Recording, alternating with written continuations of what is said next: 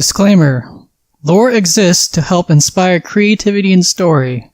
It should not be used to lord over anyone at your game table, whether that be a dungeon master or player. Be flexible and willing to modify what exists to accommodate the story the table wishes to tell.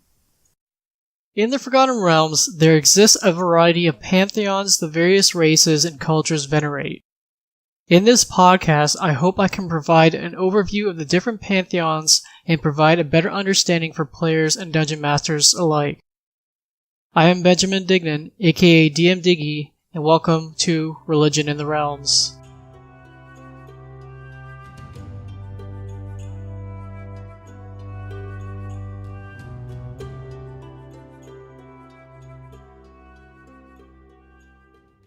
To start the podcast, I want to hopefully answer what seems to be a simple question, but can have varying answers. Now, depending on the setting, a deity can be a very different thing. In the Forgotten Realms, however, a deity is a powerful entity that controls and surveys certain aspects of mortal lives.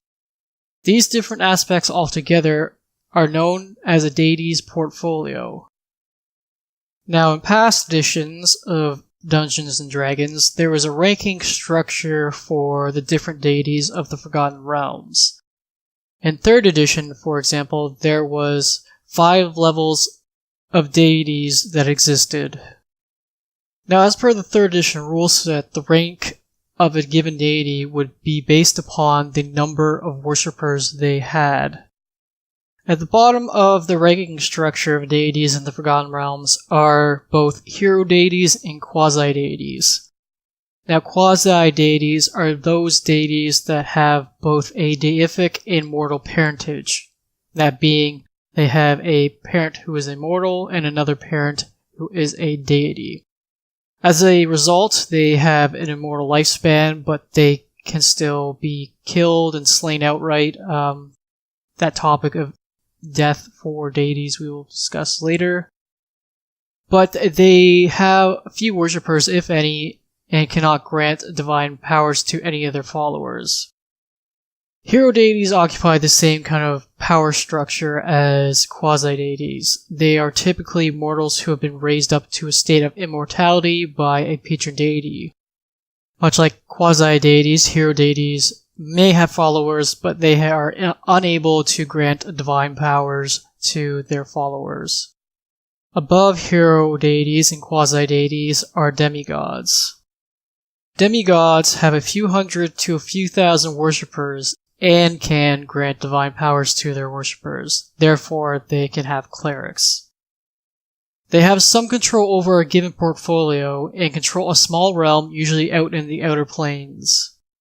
Lesser deities have a few to tens of thousands of worshippers and control a larger realm than demigods. Intermediate deities have hundreds of thousands of worshippers. Greater deities have millions of worshippers and have definitive control over a portfolio.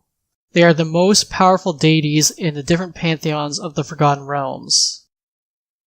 At the top of the ranking structure is the overdeities.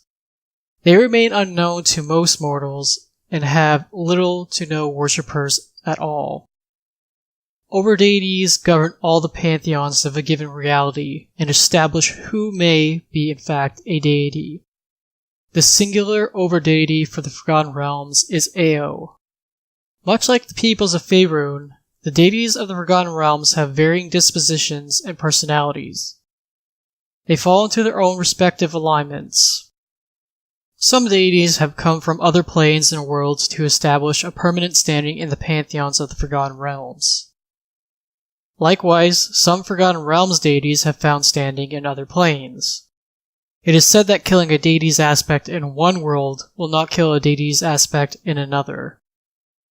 Most deities are categorized into a group with other deities. This grouping of deities is known as a pantheon.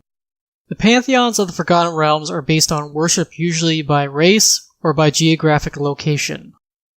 The potential for conflict can emerge, however, when a given deity's portfolio begins encroaching on another deity's in a given pantheon.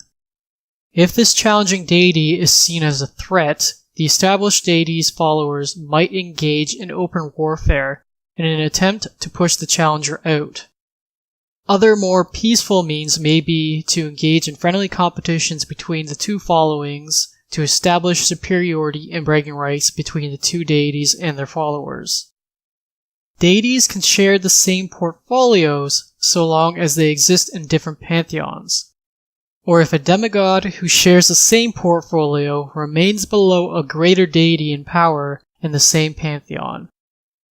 Deities can be slain, which has been demonstrated through various events in the Forgotten Realms.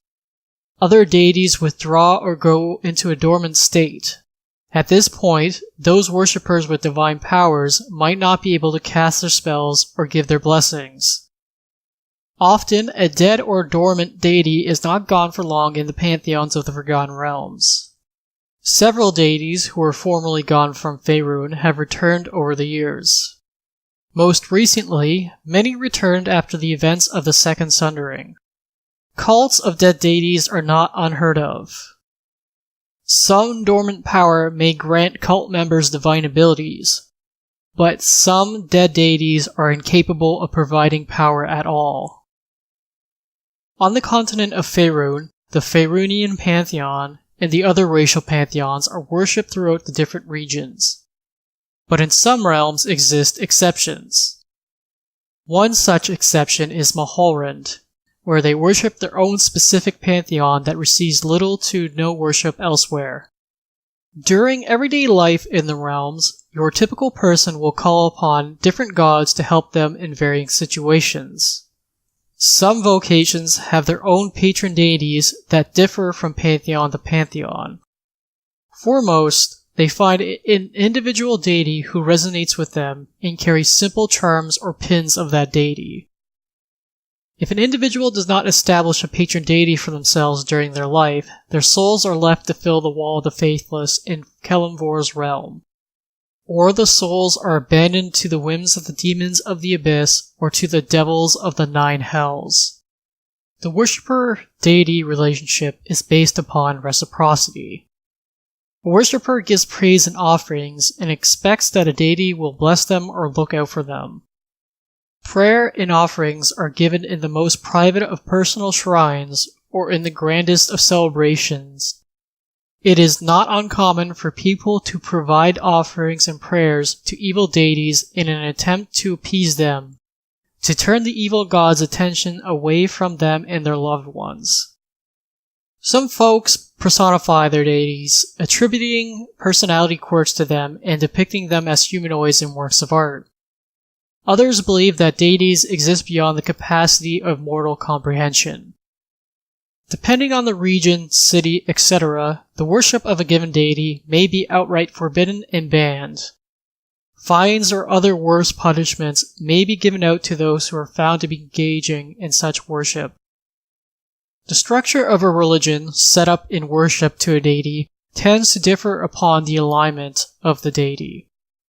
Lawful aligned clergy have a strict hierarchy and structure that they subscribe to and abide by.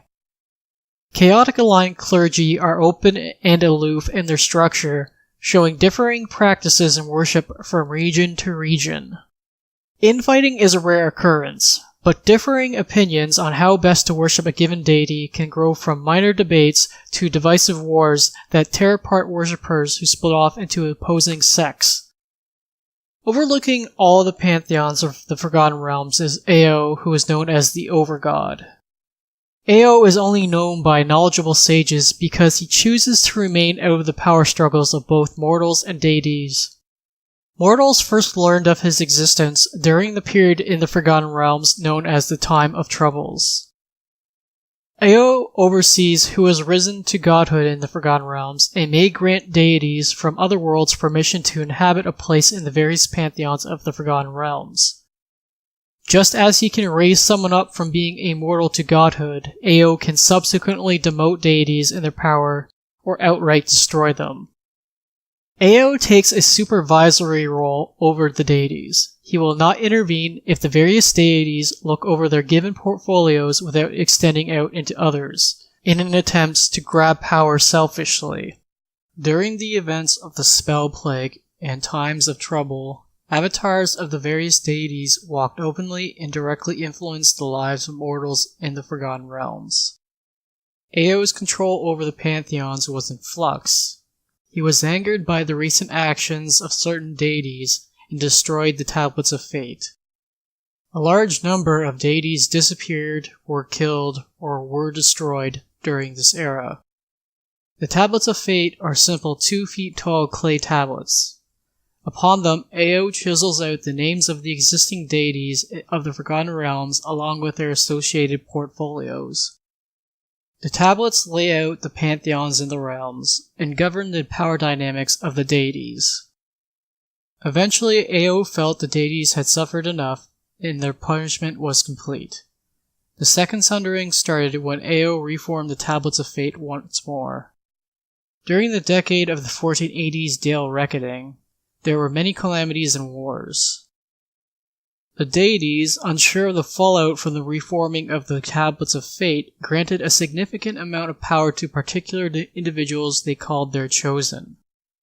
At the tail end of the 1480s, the wars began to subside and things reverted to a sense of normalcy. The Second Sundering was over.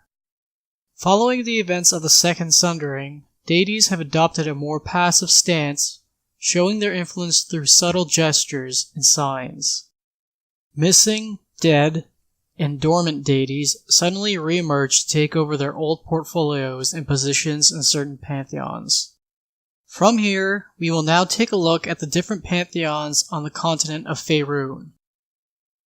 The Faerûnian Pantheon. The Faerûnian Pantheon is composed of nearly 50 deities from earlier pantheons established by human cultures throughout the continent. These deities differ greatly in power level and alignment. Deities in this pantheon exist in all of the 9 traditional alignments. It is the most prominent pantheon in all of Faerûn, given the prevalence of human empires, nations, and kingdoms across the continent. While the Faerûnian Pantheon remains the most venerated pantheon on the continent, there exist separate pantheons on the other continents, such as Mystica and Karatur on the world of Toril. Even still, many of the other non-human races of Faerûn all have their own associated pantheons. In the cosmopolitan areas of Faerûn, it is common to see shrines and temples dedicated to deities from all areas and cultures around the world. With cultural exchange, non-human and foreign peoples can adopt a member of the Faerûnian pantheon as their patron deity. Likewise, the humans of Faerûn can do the same. Those races of split parentage, like half-orcs and half-elves, are split in which pantheons they subscribe to in their daily worship. The Elven Pantheon. The Elven Pantheon is also given the elven name of the Seldarine. The word Seldarine, translated into common, means the fellowship of brothers and sisters of the wood. Collectively, the members of this pantheon dwell in the realm of Arvendor on the outer plane of Arborea. All the deities of the Seldarine have a chaotic alignment, though they differ in chaotic good or chaotic neutral alignment. Corellon Lorethian is leader of the Seldarine. The Drow, or Dark Elf Pantheon. The Drow Pantheon is called the Dark Seldarine. Most of the pantheon contains evil elven deities who are worshipped primarily by the Drow in the Underdark. The exception in the pantheon is Illustrae, who works to mend relationships between the Drow and all other folk. Lolth is by far the most prominent member of this pantheon. Some would consider Lolth to be the leader of the pantheon, while others do not follow her rule. The Dark Seldarine were separated from the Sildarine long ago when Lolth and her accomplices tried to usurp the power of Corellon Lorethian. The Dwarven Pantheon. The deity Morden leads the Dwarven Pantheon. The deities in this pantheon are known collectively in Dwarven as the Morden Saman. Moradin Saman translates into common as either shield brothers or high dwarves. Moradin holds large significance in dwarven culture and history as he is regarded as the creator of the dwarven people. Most of the members of the Pantheon are good-aligned deities, save a couple neutral and evil deities. The Dwergar call two amongst the Moradin Saman their own, Deep Dwera and Ladugwer. The Halfling Pantheon. The Halfling Pantheon is known collectively as Yondala's children. Yondala is recognized to be the chief deity of the Halfling Pantheon. The deities of this pantheon vary between neutral, and lawful good alignment. It is a pantheon that is not well known save amongst the small clergy and places of worship that exist in halfling communities. The Gnomish Pantheon. The Gnomish Pantheon is composed of 7 deities known as the Lords of the Golden Hills, plus 2 others. Gond of the Faerûnian Pantheon has been accepted as a member of the Gnomish Pantheon, though he goes under the title of Nebulin. Erdlin, the only evil deity of this pantheon, is represented by a blind, white mole. It is said that there are female gnome deities, though some say they have been lost to time, or exist somewhere else just waiting to be found once more. The Orcish Pantheon. The Orcish Pantheon is collectively known as the tribe of He Who Watches. Grumsh One-Eye is recognized as the leader of this pantheon, though he is simply known by most just to be Grumsh. Grumsh has a long hatred for Corellon Lorethian of the Sildarine. Long ago, Corellon cut out the eye of Grumsh in combat. Worship of the Orcish pantheon by the orcs is done out of fear instead of reverence and praise. Violence and hatred are the sole sources of fulfillment for this entirely evil pantheon. Orcs, in response, look continually for chances to appease their gods by engaging in combat.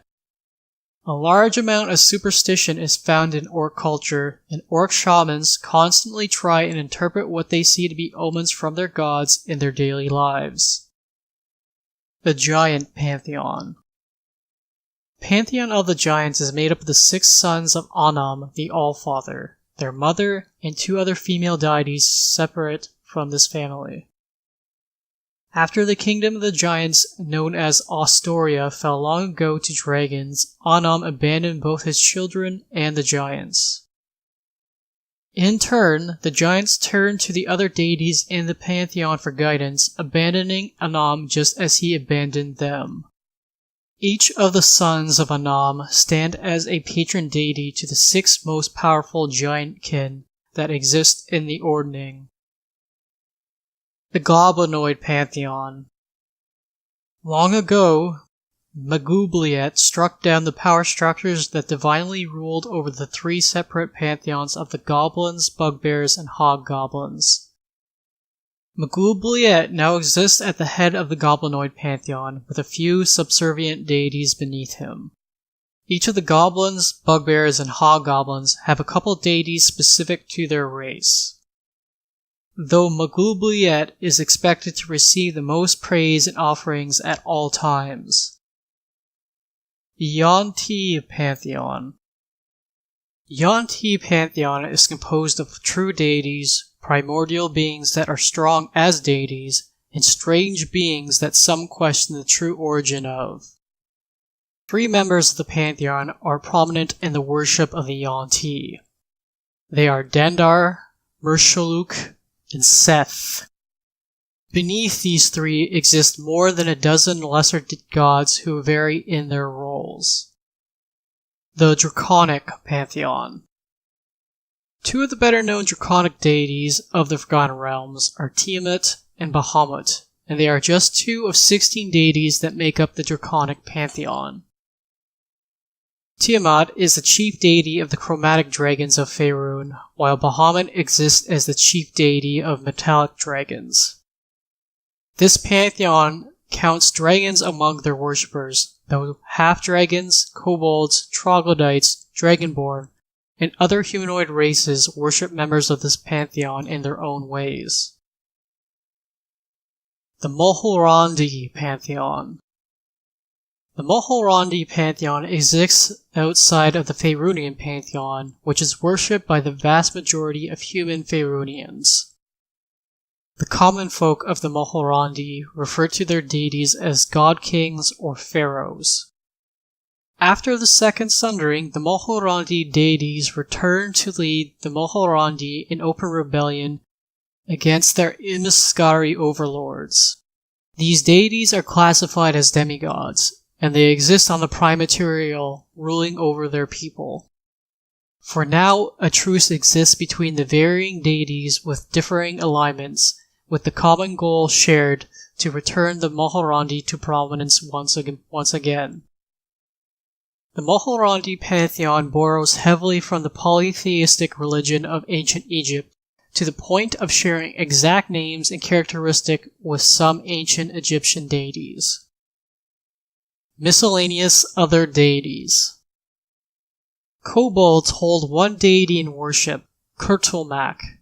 A vassal of Tiamat, he was tricked and imprisoned by Garl-Glittergold, chief deity of the gnomish pantheon. Since then, kobolds have a strong hatred for pranksters and gnomes.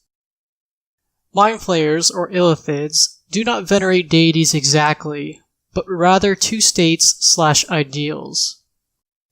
Monzororian is a state of complete comprehension of knowledge. Ilsensine represents a psionic state between oneself and all of the universe's knowledge. Given Ilsensine's greater ideal, some scholars think greater worship or prominence is attributed to Ilsensine by the Mind Flayers. Tabaxi venerate a singular deity known as the Cat Lord. The Cat Lord is a wanderer who operates in the prime material, helping in the affairs of the Tabaxi when it is needed. Blipbudulpulp is the crayfish-headed deity of the Kuatoan. Sahugin worship the shark deity known as Sakola. Because of this relationship with Sakola, Sahugin raise and train sharks as beasts of war in combat.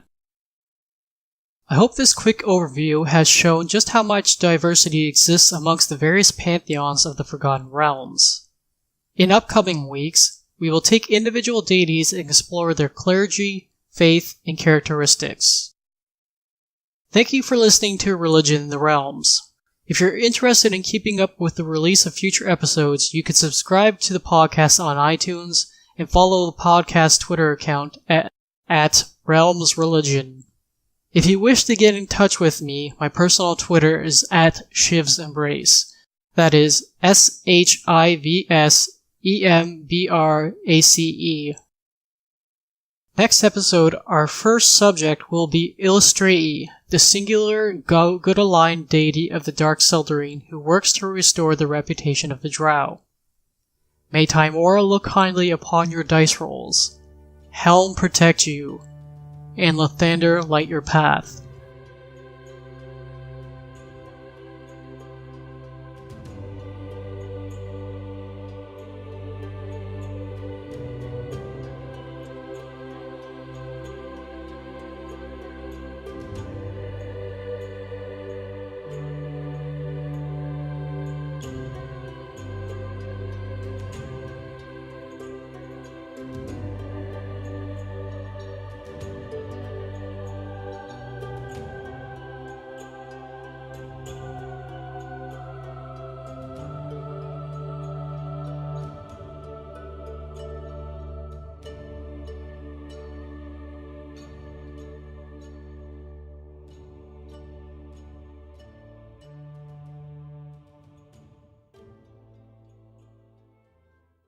Music for this episode: Ascending the Vale by Kevin MacLeod.